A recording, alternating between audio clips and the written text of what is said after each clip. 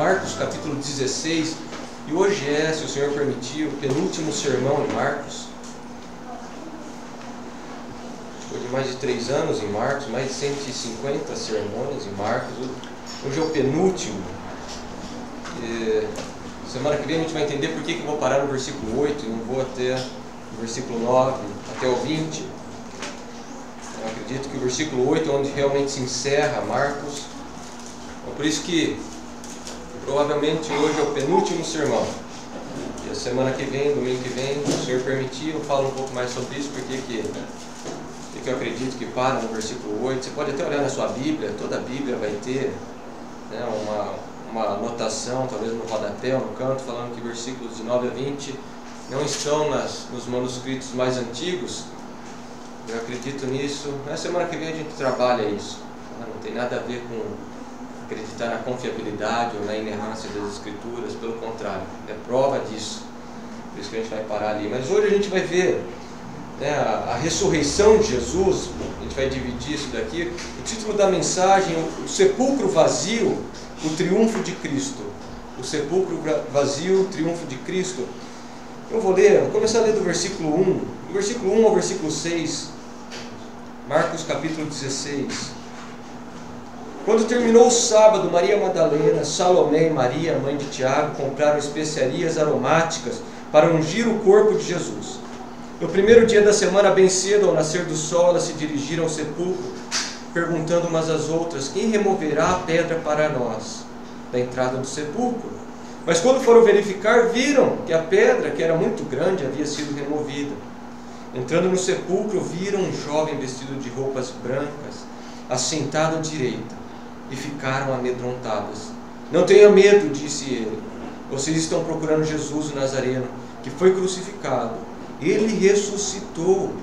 Não está aqui. Vejam o lugar onde o haviam posto.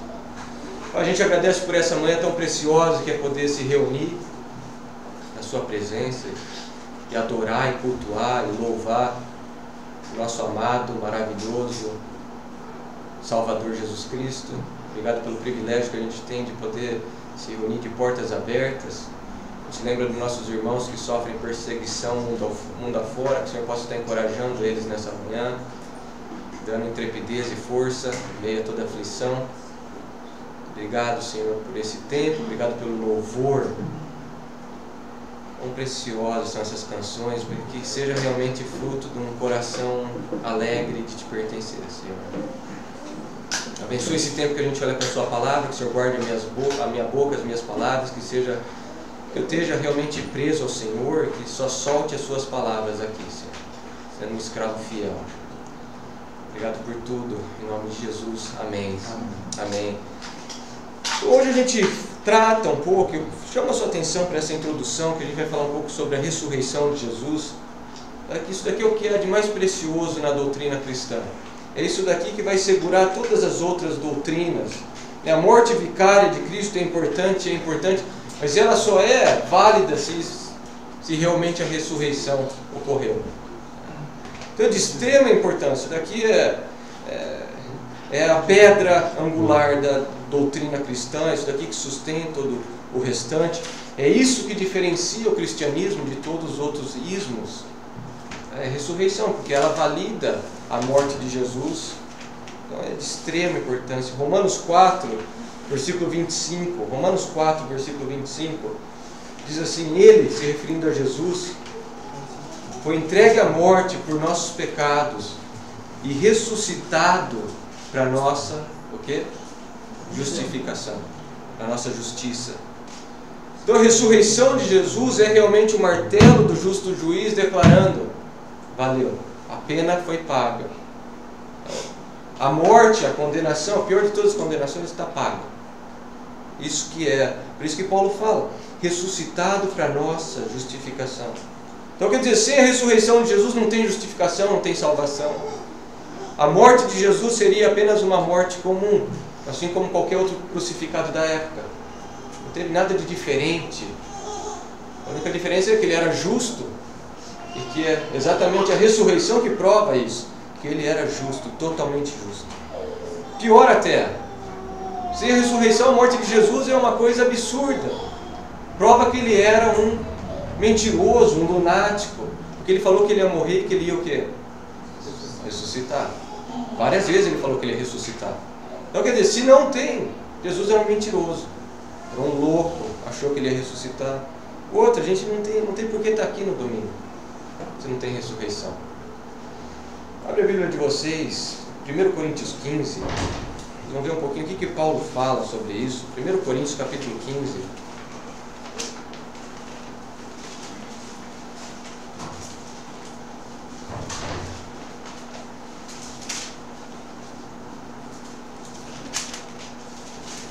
Supor, pensa aí, se Jesus não tivesse ressuscitado, vamos supor que Jesus não ressuscitou dos mortos, assim como Buda, Confúcio, Maomé, Kardec, Gandhi, Madre Teresa de Calcutá, vamos supor que Jesus não tenha ressuscitado dos mortos. De que valor que é a fé cristã? Vale alguma coisa a fé cristã? Tem alguma ética por detrás dela? Olha o que Paulo fala, vamos começar no versículo 14, 1 Coríntios 15, versículo 14. Eu vou começar no versículo 13, porque está tendo um debate na igreja em Corinto sobre a ressurreição dos mortos. A gente tratou já disso numa quarta-feira, falando sobre a ressurreição de Jesus. Paulo diz assim, 1 Coríntios 15, 13, se não há ressurreição dos mortos, nem Cristo ressuscitou. E se Cristo não ressuscitou, é inútil a nossa pregação, como também é inútil a fé que vocês têm. Mas que isso seremos considerados falsas testemunhas de Deus. É tudo mentiroso. Pois contra ele testemunhamos que ressuscitou a Cristo dentre os mortos. Mas se de fato os mortos não ressuscitam, ele também não ressuscitou a Cristo. Pois se os mortos não ressuscitam, nem mesmo Cristo ressuscitou. E se Cristo não ressuscitou, ele volta a repetir, inútil é a fé que vocês têm, e ainda estão em seus pecados. Por quê? Romanos 4, 25. Eles estão no pecado, ele ressuscitou para justificar, para declarar a salvação. Versículo 18, nesse caso também os que dormiram em Cristo estão perdidos. Se é somente para essa vida que temos esperança em Cristo, somos de todos os homens os mais dignos de dó. Seis coisas que Paulo diz aqui sobre se não tiver a ressurreição. Presta atenção. Primeiro, versículo 14. A pregação do Evangelho não tem sentido. Isso daqui que eu estou fazendo aqui é inútil. Segundo, a fé de todos nós aqui é inútil. Versículo 14. Não só a pregação, quer dizer, eu sou um tolo de usar minha vida para pregar o Evangelho quando não tem ressurreição. Segundo, a fé de todos nós aqui, não só eu, mas todos nós aqui, é inútil. Versículo 15. Todos nós, principalmente aqueles que proclamam a verdade de Jesus, são mentirosos. Olha que coisa. Negou a ressurreição, todo mundo aqui é mentiroso. Versículo 17, olha lá, a quarta consequência de negar a ressurreição de Jesus. Ninguém teria perdão dos pecados, está todo mundo no pecado. Versículo 18. Todos os heróis da fé não são heróis coisa nenhuma, porque estão tudo podre. Morreram. Não tem esperança nenhuma. E versículo 19. Os cristãos seriam os mais dignos de dó, de compaixão. Então você vê quão importante é a doutrina da ressurreição no cristianismo. Você não tem como ter um cristianismo, e tanta gente aí fora diz, eu respeito muito o cristianismo, eu acho uma religião de ética, ensinos bons, mas a pessoa não acredita que Jesus ressuscitou dos mortos. Ela está dizendo de forma subliminar que é inútil o cristianismo. Você não tem como ter uma religião de éticas boas quando não teve ressurreição, quando era mentira de Jesus, quando ele era um mentiroso, um louco. Então é tão importante que você vai pelo livro de Atos, eu vou mostrar aqui, pode abrir lá em Atos, só para vocês verem como que constantemente na igreja primitiva, toda vez que eles pregavam, falavam do Evangelho, eles falavam da ressurreição de Jesus. Atos, veja a importância da ressurreição. Atos 2, começando em Atos 2, versículo 24, calibra o dedo aí que a gente vai passar rapidinho. Versículo 24, Atos 2, 24. Mas Deus o ressuscitou dos mortos, rompendo os laços da morte. Versículo 32. Versículo 32. Deus ressuscitou esse Jesus. E todos nós somos testemunhas desse fato. Capítulo 4, versículo 2. Eles estavam muito perturbados porque os apóstolos estavam ensinando o povo e proclamando em Jesus a ressurreição dos mortos. Capítulo 4 ainda. Então, vamos pular para o 13. Pula para o 13. Nossa, rápido aqui. Capítulo 13. Versículo 30. Mas Deus o ressuscitou dos mortos. Você vai.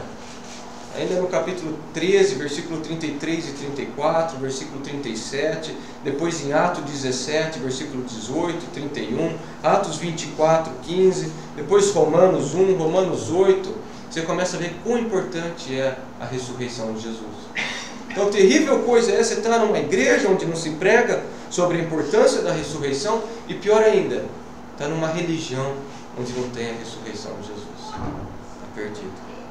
Então, nessa manhã, pela graça do Senhor, a gente é convidado a entrar aqui no sepulcro onde Jesus foi colocado. O sepulcro era um lugar de verme, um lugar de podridão, de cheiro ruim, porque era onde os corpos eram decompostos ali.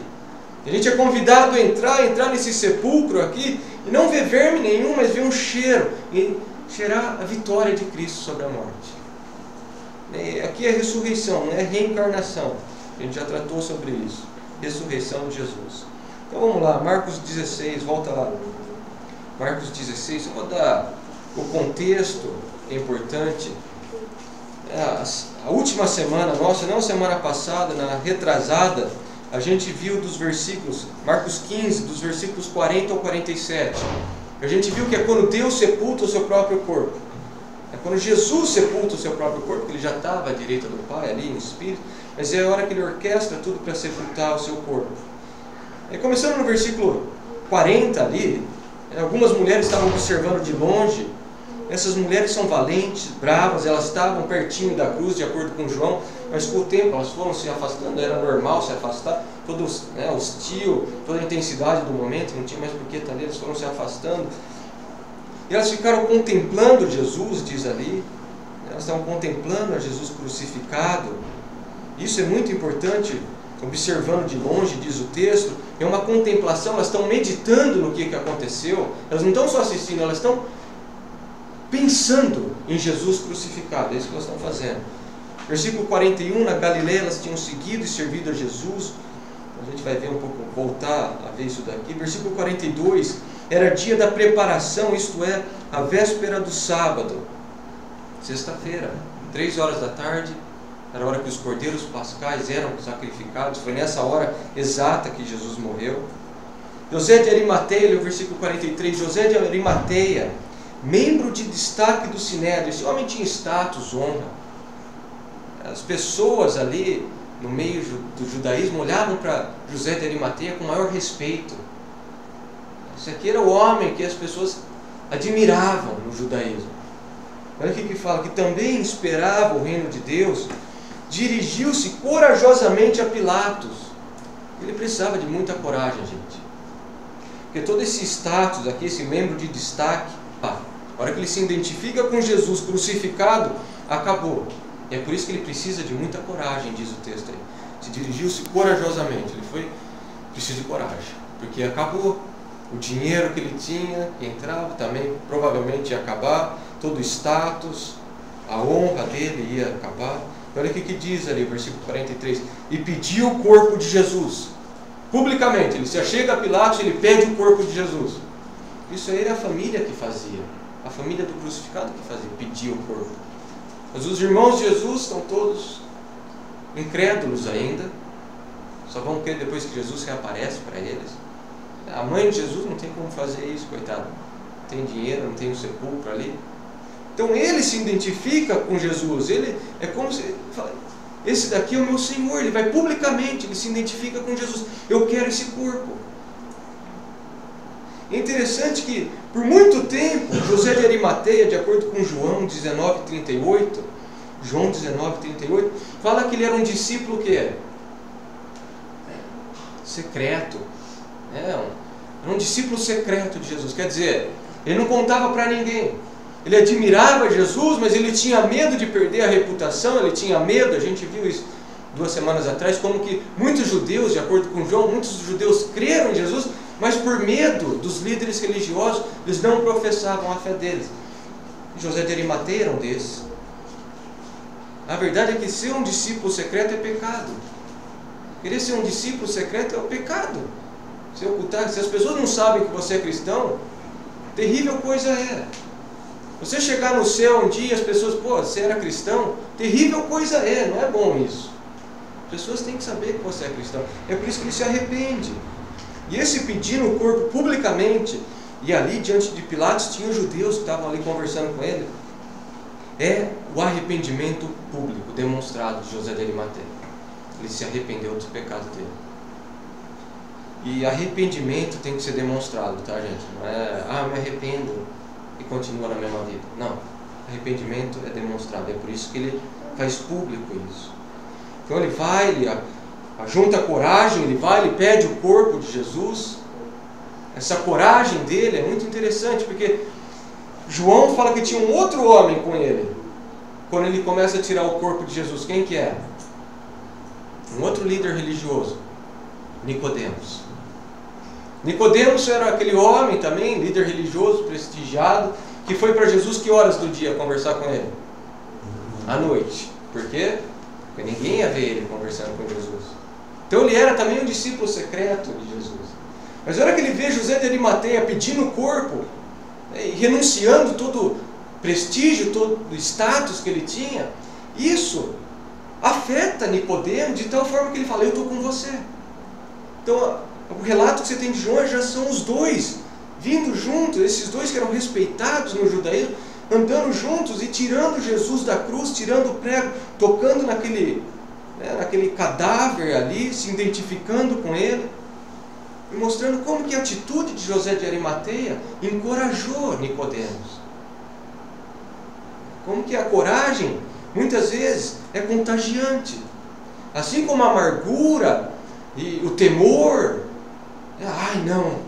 também contagia as pessoas, e daí todo mundo, não vai dar. A coragem também contagia. Não, vamos que a gente pode fazer isso. É isso que aconteceu. João 19, versículo 39. José de Arimateia estava acompanhado de Nicodemos.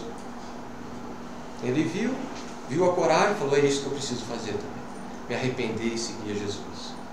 Acho que em vista dessa ação de José de Arimateia, acho que todos aqui devem se perguntar, as minhas ações têm encorajado as pessoas a seguir a Jesus, a servir a Jesus com intrepidez? As minhas ações têm encorajado as pessoas, como José de Arimateia?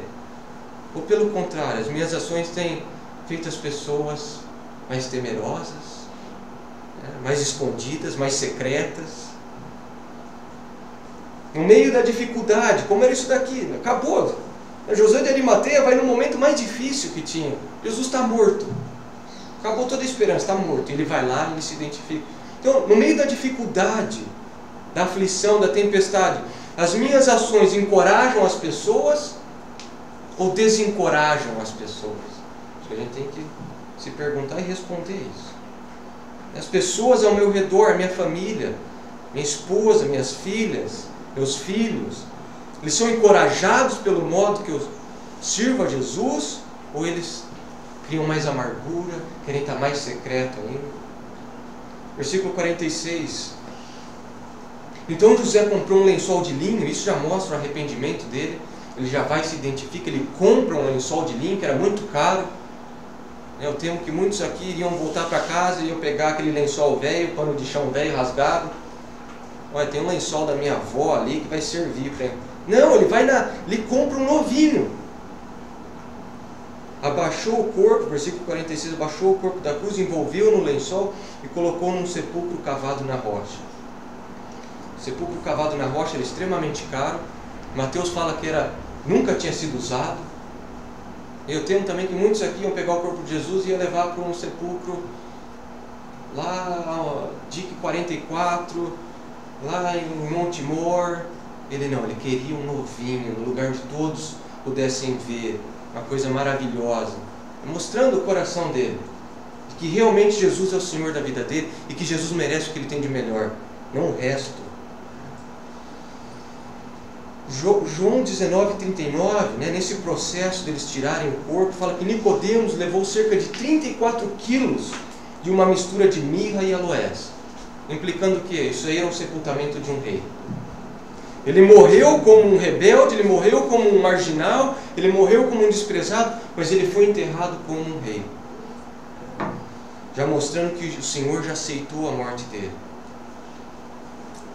Versículo 47, ainda no contexto aqui, Maria Madalena e Maria, mãe de José, viram onde ele fora colocado. Isso é de extrema importância. Elas estão assistindo tudo, observando. A gente viu que essa palavra aqui, viram, é de onde a gente tira teatro, que é você prestar atenção no que está acontecendo. É isso que elas estão fazendo aqui. Por quê? Porque vai ser importante para agora a história que a gente vai entrar. Elas estavam assistindo, elas estavam vendo, por isso que elas podem ir no lugar certo. Porque muita gente vai falar, essas mulheres foram no túmulo errado. Tem gente que fala isso. Essas mulheres foram no túmulo errado. Por isso que Jesus não estava lá. Não. O texto tira toda essa ideia. Porque elas estavam prestando atenção. Elas descansaram no sábado. Isso aí foi na sexta-feira, por volta das 5:30, quando Jesus foi crucificado. O sábado começou às 6 horas da tarde. Elas descansam nesse dia. E agora que a gente entra em Marcos 16. Marcos 16 já é o domingo aqui. A gente vai ver que é um pouco antes, já é o sábado depois das 6 que começa o primeiro dia da semana. Eu dividi o estudo em 3 partes. 3 coisas radicais que a gente precisa prestar atenção aqui. Primeiro, o amor radical, versículos 1 e 3. O amor radical. A mudança radical, versículos 1 e 2. E a vitória radical. Então, vamos lá, o amor radical. Marcos, olha só como ele começa. Quando terminou o sábado, Maria Madalena, Salomé e Maria, mãe de Tiago, compraram especiarias aromáticas para ungir o corpo de Jesus. No primeiro dia da semana, então quer dizer, Marcos já pula direto para o domingo. Ele não narra nada do que aconteceu no sábado. Mas Mateus dá um detalhe importantíssimo. Abre lá em Mateus 27. Ver o que aconteceu no sábado. Era o dia que eles deviam estar descansando. Mateus 27, começando no versículo 62. Eles que eram tão rigorosos em manter o sábado, em manter a lei, olha só o que eles fizeram no sábado. Mateus 27, começando no versículo 62. No dia seguinte, isso é, no sábado, os chefes dos sacerdotes e os fariseus dirigiram-se a Pilatos. Eles foram lá conversar com Pilatos. Quebraram já o sábado dele. E disseram, Senhor, como eles chamam? Senhor, lembramos que enquanto ainda estava vivo aquele impostor, olha o contraste. Pilatos é Senhor, Jesus é o impostor. Aquele impostor disse, depois de 3 dias ressuscitarei.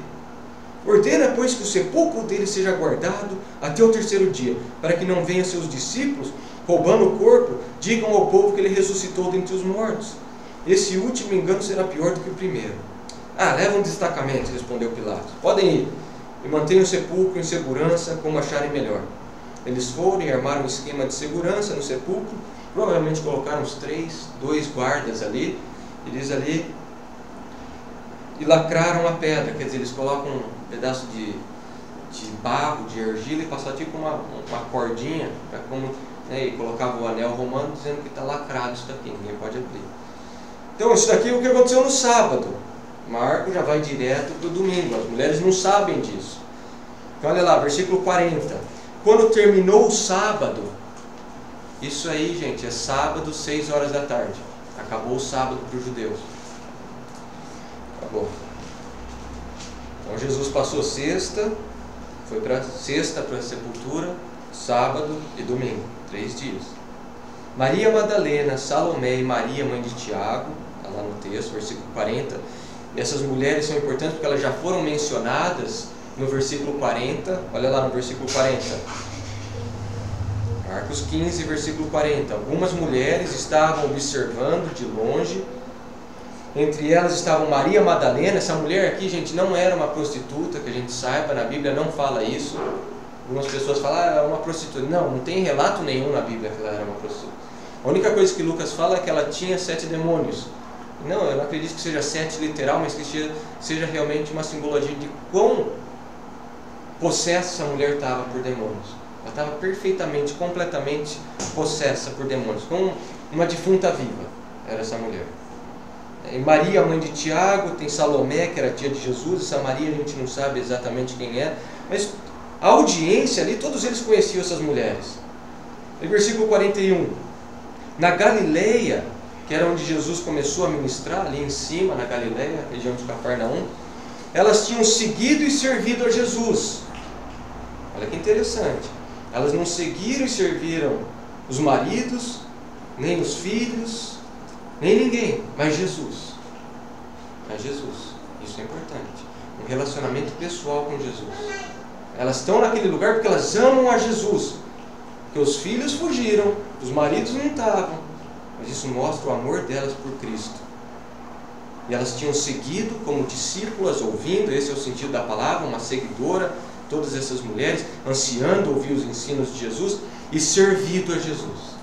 O servir, Lucas fala como que elas serviam, dando dinheiro para Jesus, para os discípulos, providenciando comida, costurando a roupa quando precisava, escravas de Cristo. Muitas outras mulheres tinham subido com ele para Jerusalém, também estavam ali. Essas mulheres aqui seguiram a Jesus em Jerusalém, quer dizer, em Galileia primeiro, que era um lugar de conforto, um lugar até de segurança. E até aí muita gente segue a Jesus, onde é fácil. Muita gente segue a Jesus até onde é fácil. Até onde é confortável a pessoa vai com Jesus. Essas mulheres foram até Jerusalém, que é a cidade da morte. E a hora que começa a apertar, tem gente que já começa a correr. Ah não, mas ali eu já não vou mais. Elas foram até Jerusalém, não só até Jerusalém, elas foram para fora dos muros de Jerusalém. Para Caveira, para o Gólgota. Isso sim são seguidoras radicais. O amor dessas mulheres. Enquanto os homens fugiram, essas mulheres estão juntas, encorajando umas às outras a seguir a Jesus. Elas estão na crucificação de Jesus, elas estão observando o sepultamento de Jesus, e elas vão depois ver o túmulo de Jesus. E elas não estão lá porque ofereceram brinde para elas. Porque tem gente que só vai em algum lugar se oferecer alguma coisa.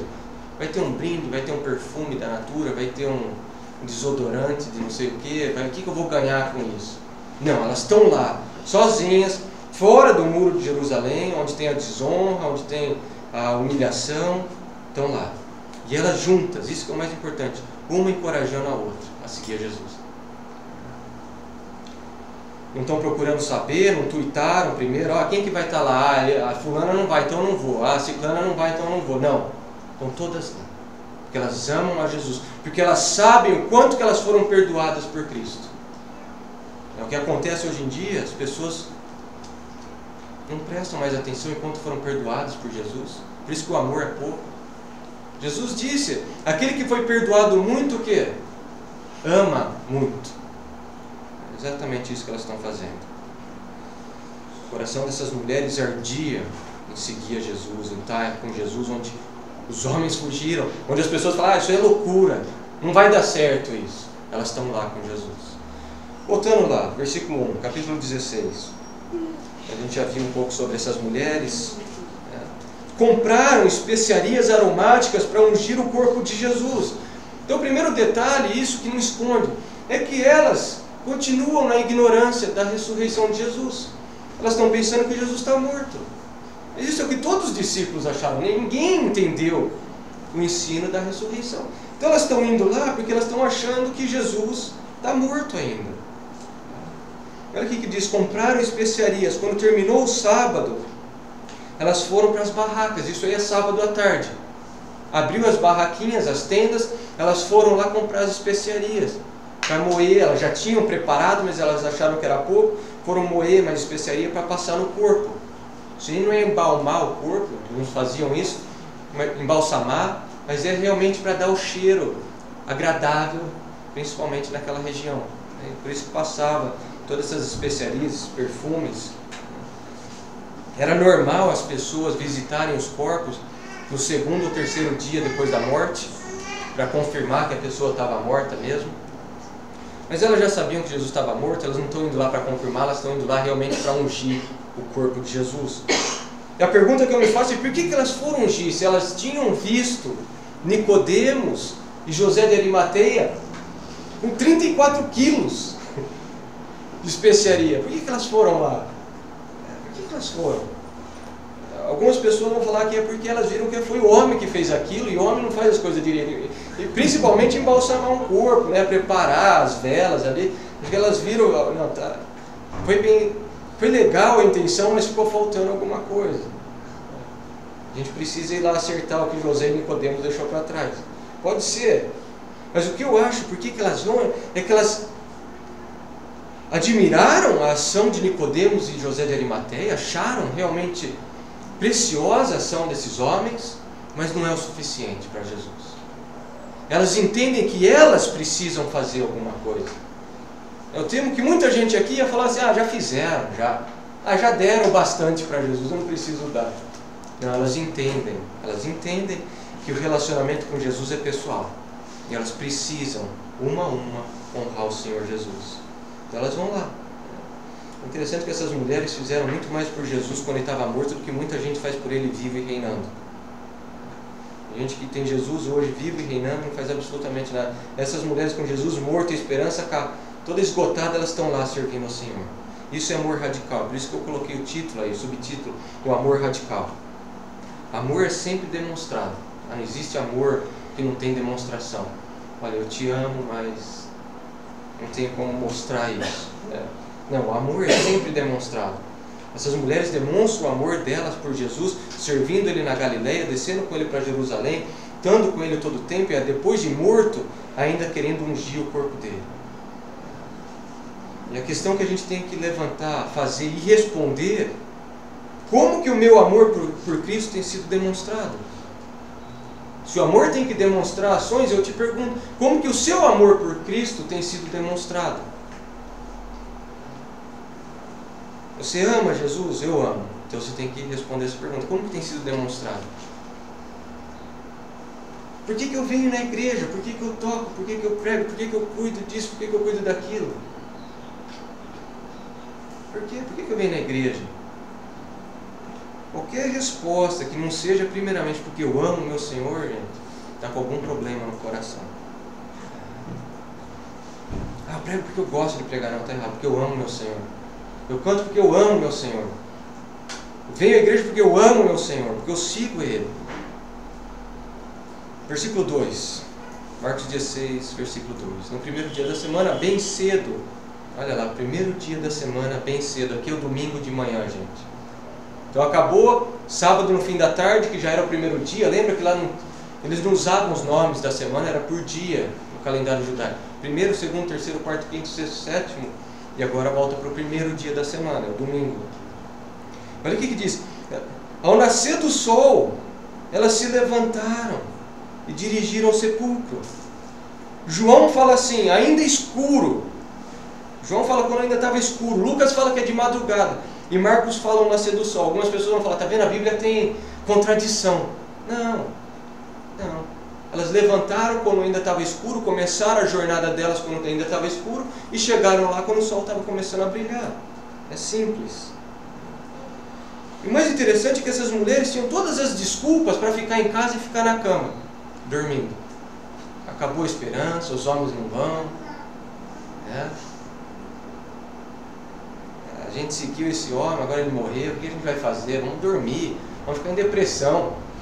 Que isso, essas mulheres são as primeiras a pularem da cama, domingo cedinho, de madrugada, João fala. Tem gente que vem para a igreja 10 minutos antes do culto, que é acordar. E vem se arrastando. Essas mulheres se dirigiram, vão puxando, vamos embora. Ver Jesus, adorar Jesus, honrar Jesus. Que lição para todos nós aqui. Bem cedo, olha lá. Bem cedo, ao nascer do sol, de domingo. Acordar cedo não é algo místico, não é porque você vai acordar cedo para orar que vai acontecer alguma coisa mística. Não, isso mostra realmente prioridade com Jesus. Você oferecer suas primeiras horas do dia para Jesus, mostra que realmente Ele é a sua prioridade. Você anseia ter relacionamento com Ele logo cedo. Não é algo místico. Você vê que elas não foram lá no fim do dia, quando já tinham feito tudo. Pronto, já arrumamos a casa, fizemos comida, cuidamos disso e daquilo. Sobrou um tempo, agora a gente pode ir lá ver Jesus. Não. A primeira coisa é estar com o Senhor.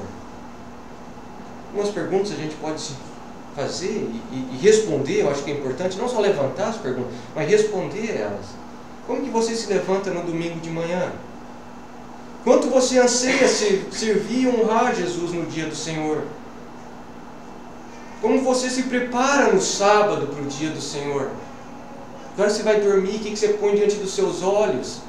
No sábado, antes de vir para a casa do Senhor, de estar em reunião, em celebração e adoração ao Senhor.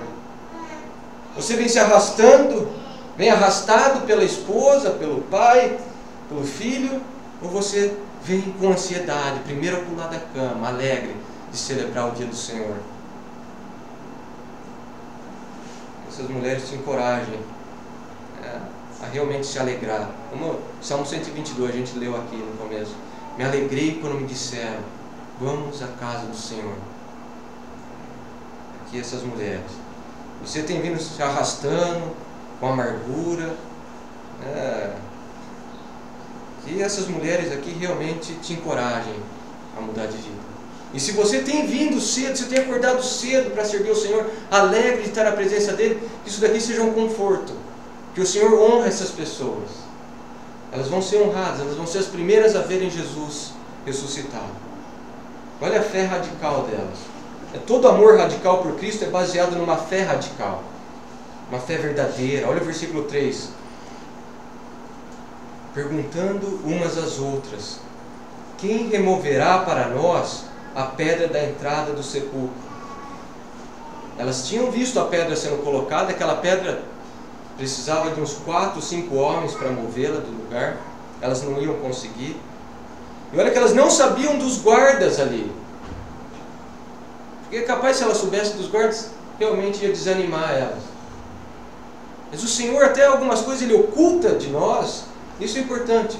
Tem coisas que o Senhor oculta do nosso conhecimento para não vir uma carga maior que a gente pode suportar. É isso que acontece aqui. Elas vão perguntando umas às outras, quem removerá a pedra? O verbo está no imperfeito, dizendo que elas estão se perguntando constantemente, quem que vai remover a pedra? Quem que vai remover a pedra? E não tem problema nenhum levantar as questões difíceis, levantar as perguntas difíceis. O problema é você não entregar para o Senhor essas perguntas. O problema é você ficar ruminando nelas e deixar essas perguntas te travarem, te prenderem. Isso que acontece com um monte de gente. Levanta as perguntas difíceis, mas em vez de entregar para o Senhor e crer que Ele está sobre todas as coisas, a pessoa fica ruminando, fica mastigando, até a pessoa se travar, não consegue mais se mover. Elas não fazem isso. Elas levantam as dificuldades, perguntam, mas isso não trava essas mulheres. Elas continuam, porque elas estão entregando para o Senhor. Elas estão entregando para o Senhor. Eu acho que se ela fosse como muitos calvinistas hoje em dia, elas iam falar assim, bom, Deus colocou a pedra ali. Porque tem muita gente assim hoje em dia, se diz calvinista, mas não entende nada da soberania de Deus. Já que Deus colocou a pedra ali, não precisamos nem ir. Foi Deus que colocou a pedra. Não, elas entendem o que é soberania de Deus, qual que é a ação do homem, qual que é a importância da ação do homem, colocar a sua salvação em ação com temor e tremor. Elas entendem isso. Dá um show em muita gente aqui que quer se dizer calvinista, que conhece a soberania de Deus, mas fica travado em meio às dificuldades. Elas não ficam fofocando, não ficam rindo, zombando uma das outras, não. Elas encorajam umas às outras. Você é louca. Algumas poderiam dizer, você é louco. Pô, você viu o Ricardo lá, está acreditando que a gente vai chegar lá e vai remover a pedra. A gente que faz isso, no meio da dificuldade, em vez de edificar, encorajar, se reúne por trás para falar mal, para criticar, para rir, para zombar. Que lição essas mulheres aqui? No meio do impossível, elas estão juntas, e uma edificando a outra. A gente vai. Porque se é a vontade do Senhor, Ele vai mover essa pedra, Ele vai trazer homens ali para mover essa pedra. Então elas levantam as perguntas difíceis, mas isso não trava elas. Elas continuam. Olha o versículo 4. Mas quando foram verificar, elas foram. Elas sabiam da impossibilidade, mas elas sabiam que elas tinham que fazer o possível delas. deixar que Deus ia fazer o impossível para elas.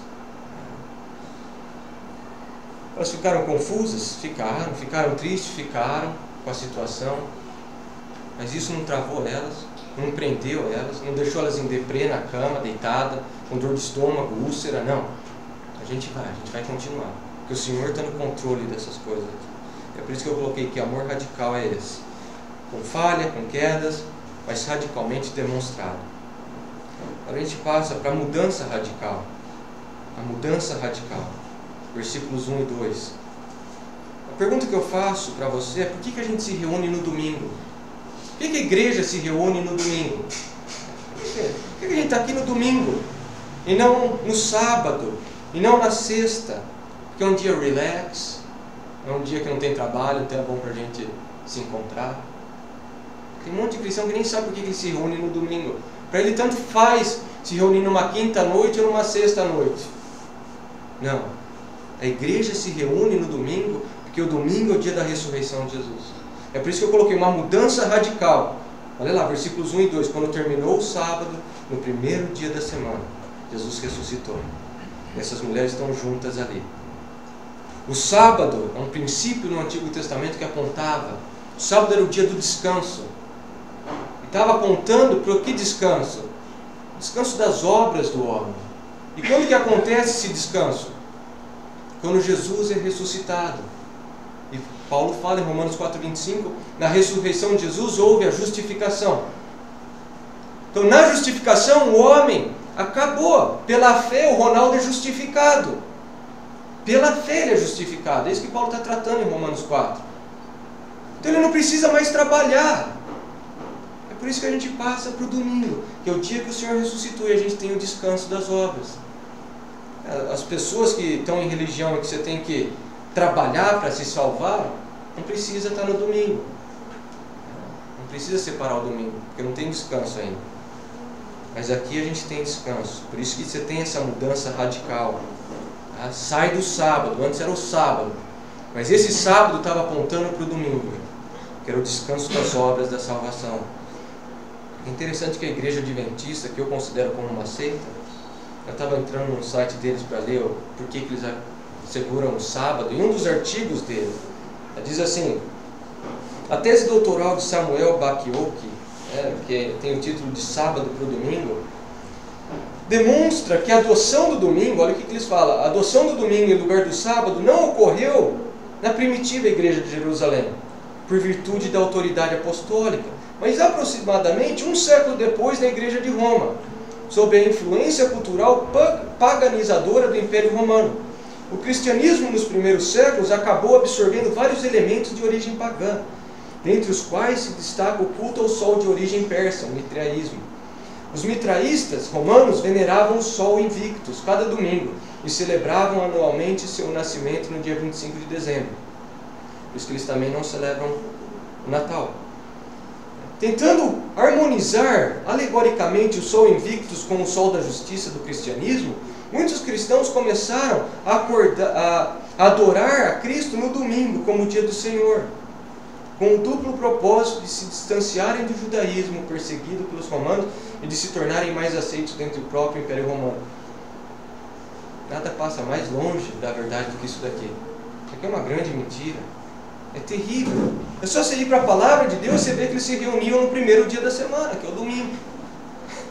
Na Bíblia está ali. Aí você vai para os relatos históricos, todos eles falam que eles se reuniam no domingo. E o cara vem falar aqui que não. Isso aí foi século depois que ajuntou o paganismo. Não entende absolutamente nada da palavra. Tal declaração é totalmente contrária ao que a gente vê nas Escrituras. Stuart Olyott, que é um teólogo muito bom, gosto muito dos artigos dele, tem um artigo no site da Fiel, ele fala assim, é o contraste, olha só: o Senhor do sábado transferiu esse dia, o sábado, para o primeiro dia da semana. Esse foi o dia em que ele ressuscitou dos mortos, apareceu aos discípulos e derramou seu Espírito. Atos 2:1. Os apóstolos e a igreja primitiva guardavam com distinção o primeiro dia da semana.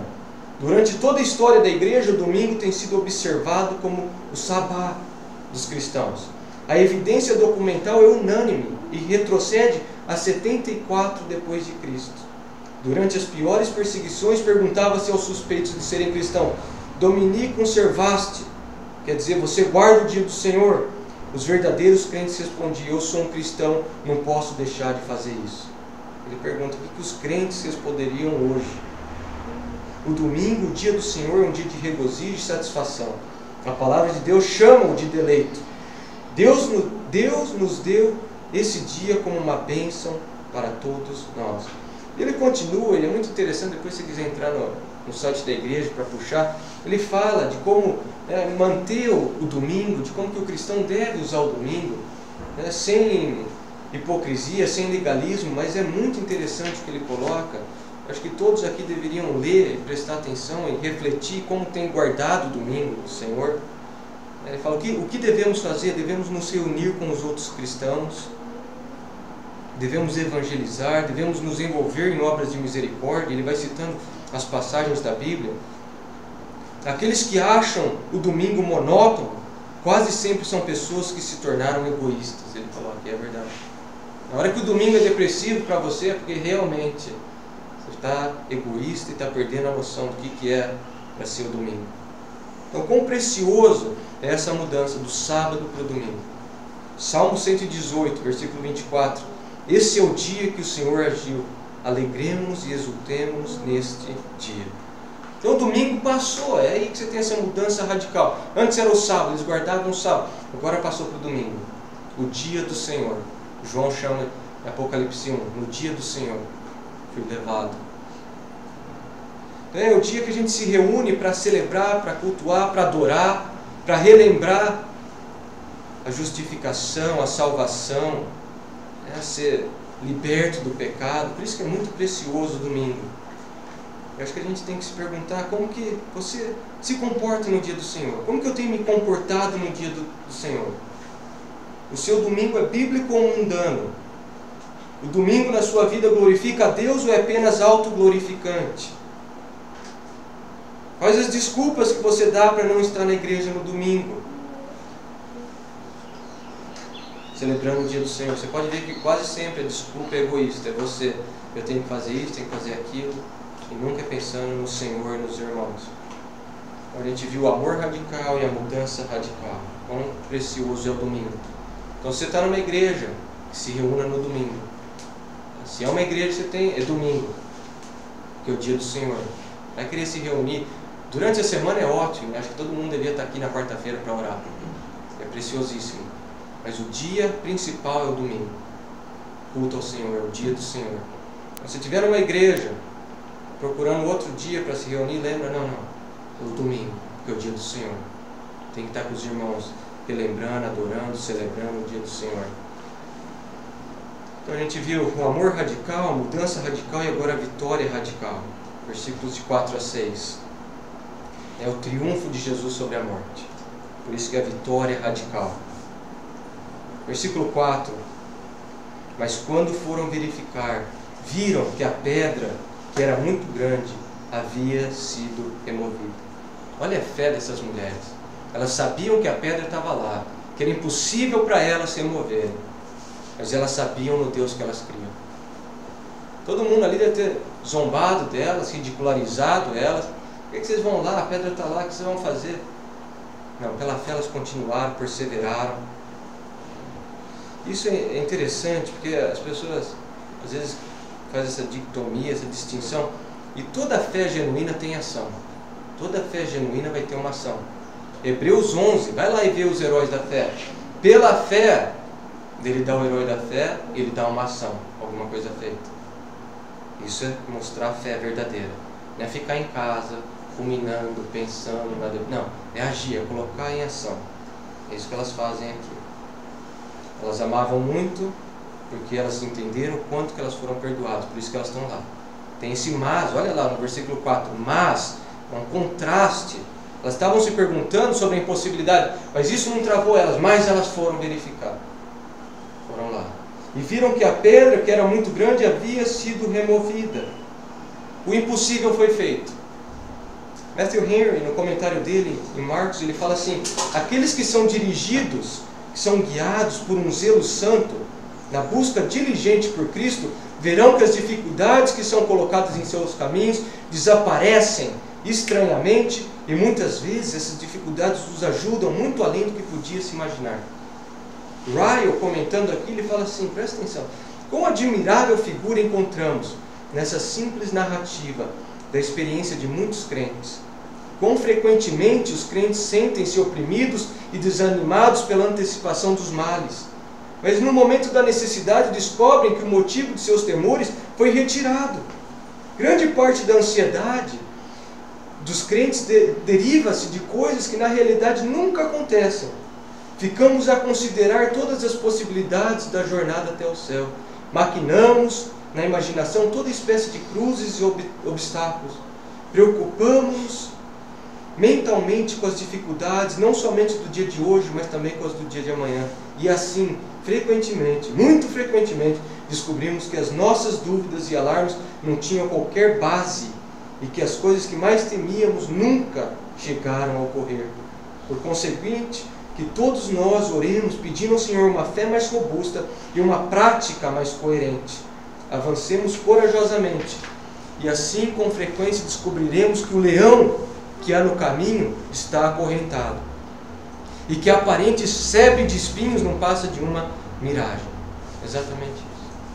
A gente começa a criar tanta preocupação, quando na verdade o Senhor já tirou de lá, nem tem mais. E como que a pedra foi removida? Marcos não fala, ele dá a entender porque tem um anjo lá dentro. Mas Mateus, abre Mateus 28. Mateus vai falar como que essa pedra foi removida.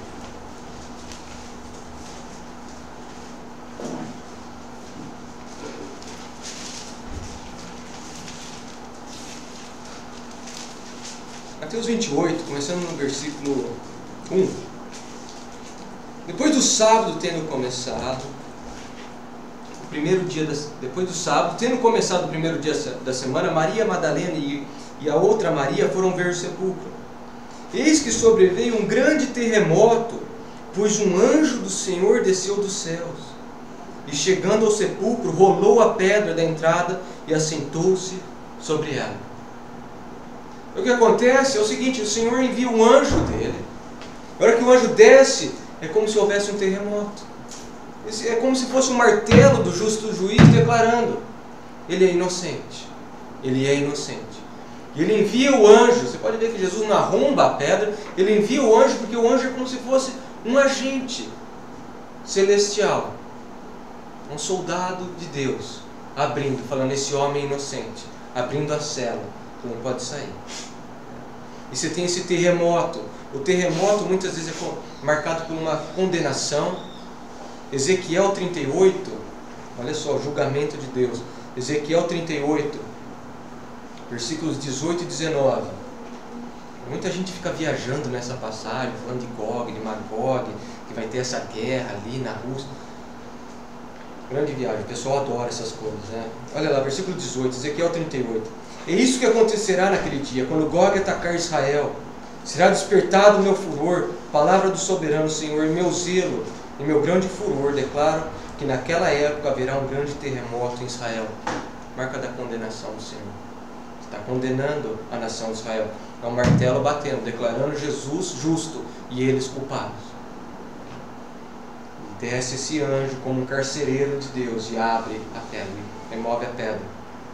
E é nesse terremoto aqui, em Mateus, você vai ler, que alguns mortos saíram do sepulcro, em Mateus 27, e andaram pela cidade. Mas esse terremoto foi depois que Jesus ressuscitou. Como se fossem os primeiros frutos depois de Jesus. Esses mortos vão para a cidade. E as pessoas veem a realidade da ressurreição de Jesus. E a pergunta que fica, e os guardas? O que aconteceu com os guardas?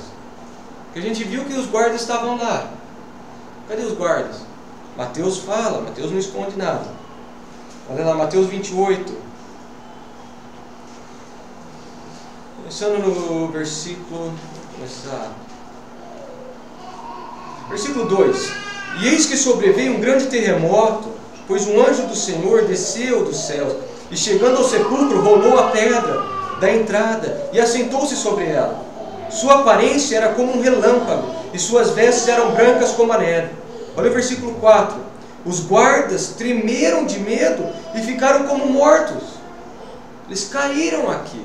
E essa é a reação muito normal quando o anjo do Senhor aparece em santidade. Homens caem em temor. Exatamente isso que acontece aqui. Depois olha o versículo 11. Dá uma olhadinha, pula para o versículo 11. Enquanto as mulheres estavam a caminho, olha o que está acontecendo aqui. Entrou o domingo, o anjo do Senhor desceu, houve como um terremoto. Ele abre, os guardas caem, trêmulos, não sabem, de medo, eles sabiam que eles tinham matado um homem justo, eles estão tremendo de medo aqui, caíram como mortos. Eles levantam, olha o versículo 11. Enquanto as mulheres estavam a caminho, alguns dos guardas dirigiram-se à cidade. Eles saíram correndo. E por isso que a hora que elas chegam, o sepulcro está vazio. Não tem mais ninguém. Porque os guardas fugiram. Alguns foram para a cidade, outros correram de medo, salvar a vida deles. E é nessa ocasião que as mulheres estão vindo e os guardas se dissiparam pelo caminho. E você tem o relato lá, que daí eles vão falar para os chefes dos sacerdotes, eles dão uma propina, dão dinheiro para eles mentirem, falar que entrou e roubaram o corpo de Jesus. Então quando os anjos descem, tremem, você pode ver que são dois anjos. Marcos fala só de um, Mateus fala só de um, mas são dois anjos, e eles focam num porque é o que está fazendo a fala. Geralmente, é que nem na história em Marcos 5 que a gente viu, quando Jesus chega no cemitério e Mateus fala que tem dois endemoniados, Marcos fala que tem um, ele foca em uma porque é o que está acontecendo no maior diálogo. Então não é uma contradição. Mateus disse que João e Lucas disseram que tem dois, Marcos disse que tem um, olha aí. Bom, se tem dois, tem um. Então não tem contradição nenhuma aqui. Eu não queria estar na pele desses guardas aqui, a hora que eles veem toda aquela situação. É por isso que eles correm, eles que eram homens valentes, correram, viram aquele anjo do Senhor. Agora você imagina quando Jesus voltar com os seus anjos, o que vai ser o desespero das pessoas? Se esses anjos aqui, esses dois que desceram, já causaram esse impacto nos homens mais valentes do Império Romano, que eram soldados romanos, você imagina quando Jesus voltar com os seus anjos, o temor que não vai causar, o medo, o pânico que não vai gerar. Versículo 4, voltando para Marcos 16, versículo 4.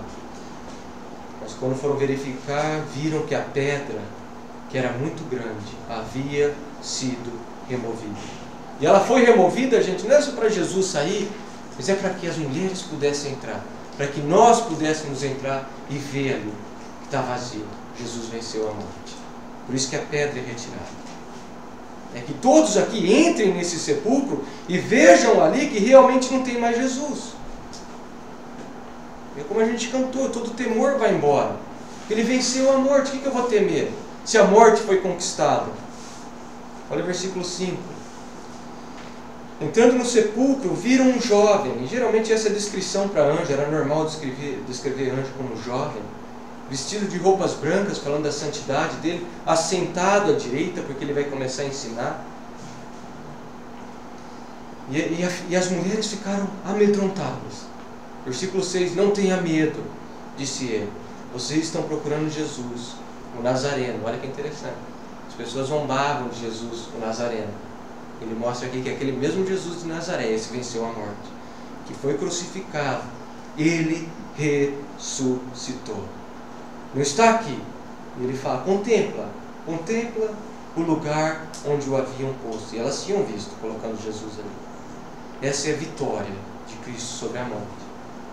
Esse é o triunfo de Cristo. O último e pior inimigo foi vencido.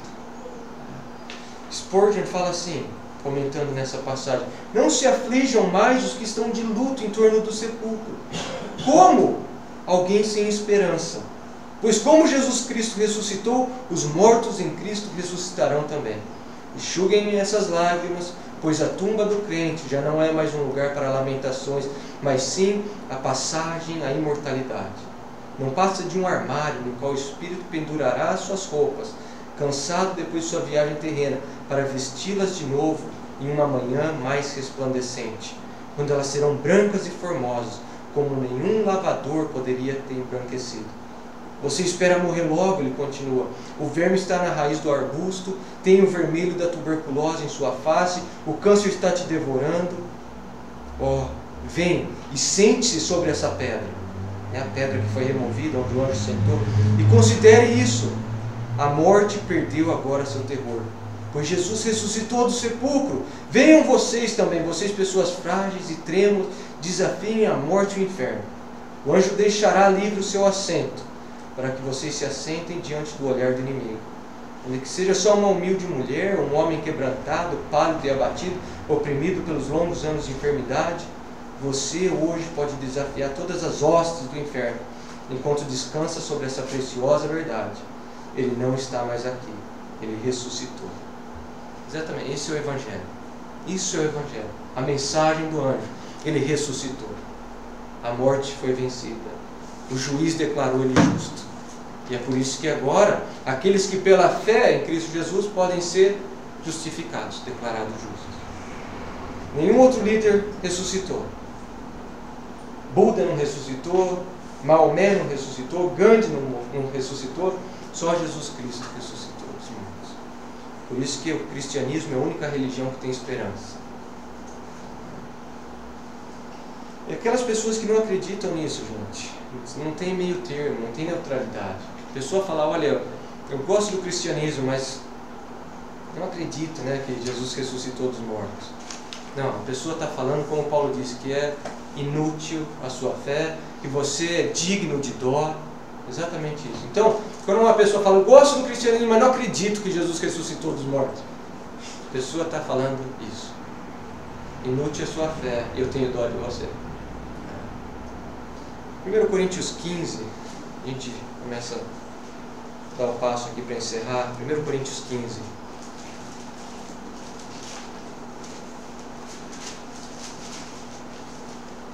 Versículo 55. Quão preciosa é a mensagem da ressurreição de Jesus. As pessoas estão em temor, em tremor, em angústia. Geralmente é porque esqueceram da mensagem da ressurreição de Jesus, da vitória sobre a morte, da ponte que é agora a morte do cristão para a eternidade. Geralmente a pessoa que teme a morte é porque ela está tão presa no mundo que ela já nem lembra como que é o céu. O que é estar com Cristo?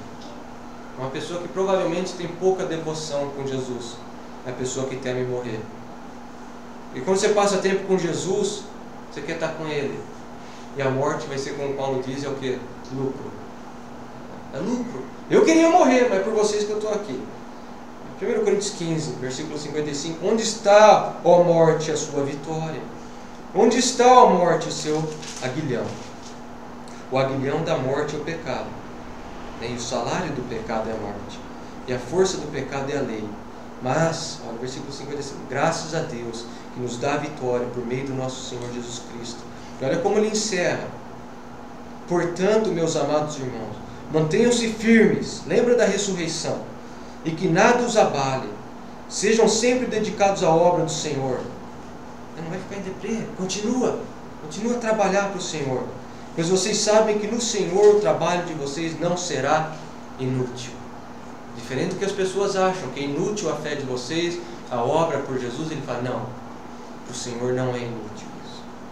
A gente conclui, a gente encerra lembrando, primeiro, que todos aqui saiam exortados, encorajados e confrontados com esses 3 pontos que a gente viu. Primeiro, o amor radical dessas mulheres.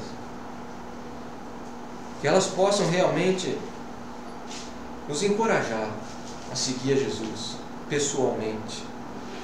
Não é seguir aos outros, é seguir a Jesus pessoalmente. Quando todo mundo está zombando e vendo que acabou a esperança, elas continuam firmes, juntas, encorajando uma a outra. Ryle, comentando nessas mulheres, ele fala assim: por qual motivo vemos tão pouco desse fortíssimo amor a Jesus entre os crentes hoje? Porque tão raramente nos deparamos com santos que enfrentarão qualquer perigo, que passarão pelo fogo e pela água por amor a Cristo. Só há uma resposta: é por causa da debilidade da fé, do baixo senso de obrigação para com Cristo, que prevalece tão largamente entre nós. Um baixo e fraco senso de pecado sempre produzirá um baixo e frágil senso de valor da salvação.